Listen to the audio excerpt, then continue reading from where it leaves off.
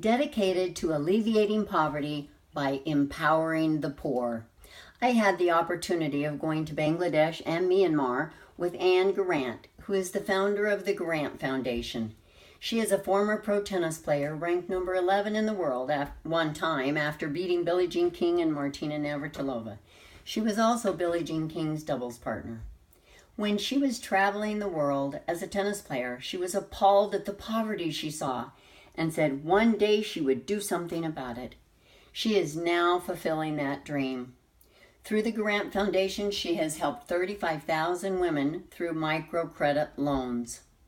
Once in Bangladesh, we were shocked at how crowded it was. There are 168 million people in Bangladesh, in a country the size of half of Arizona. We met with a group of women who are in the Ultra Poor program. This group of women are so destitute they do not yet qualify for a small loan. They usually spend the day begging for food.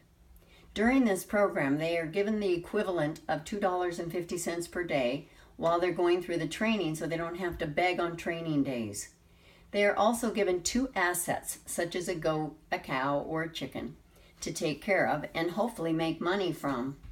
They are also given a roof over their house, taught to find clean water, and find some type of sanitation for their house. At the end of their 2-year program, they are expected to have added a 3rd stream of income, another goat or a cow or a chicken or something, and demonstrate that they can support themselves. If they succeed in this program, they are able to then apply for a small loan. These women were so shy and so hesitant to talk to us, all except Rahina. Rahina was very excited to show us her goat and her home. The next group we visited were graduates of the Ultra Poor program, and they were very talkative, very anxious to tell us about their successes. Tulsi started with 2 chickens and a cow. She now has a cow, a goat, and 40 chickens. She left us for a few minutes and came back with 2 eggs to give us. We recognized how valuable these were since her livelihood depends upon them. It is amazing how you can emotionally connect with people clear across the world that you've never met. We next attended a group meeting where women come together once a week to repay their small loan.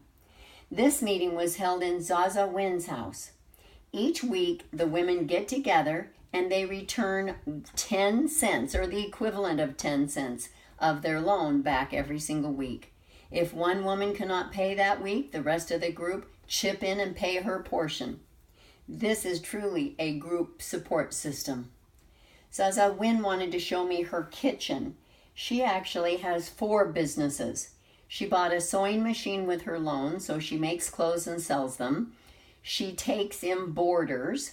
She buys clothes from a factory, a ready-made clothes, and resells them. And she has what she calls a restaurant, which is a table in front of her house with food on it that she cooks in this kitchen. This is Zaza San, and she received her small loan in order to make brooms. It is a family affair, and they work 7 days a week. We next attended another group repayment meeting, and I noticed the woman sitting next to me had a handicapped son in her lap. Her name is Shahina.